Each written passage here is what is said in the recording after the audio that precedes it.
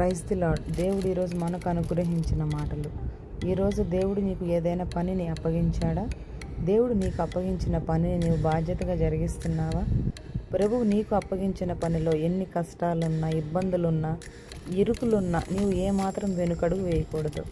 దావీదు తన కుమారుడైన సొలొమోనుకు దేవాలయ నిర్మాణ బాధ్యత అప్పగిస్తూ భయపడవద్దని ధైర్యం చెప్పాడు. ఈ గొప్ప పనిలో దేవుడు అతనితో ఉండి సహాయం చేస్తానని విశ్వాసంతో ప్రోత్సహించాడు.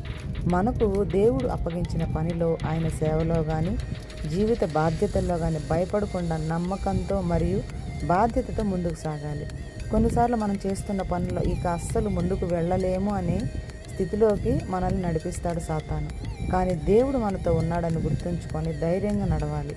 దేవునిపై విశ్వాసంతో ఆలస్యం చేయకుండా ప్రభువు అప్పగించిన పనిని సంపూర్ణం చేయాలి. అట్టి కృప దేవుడు మనందరికీ అనుగ్రహించును గాక. ఆమేన్.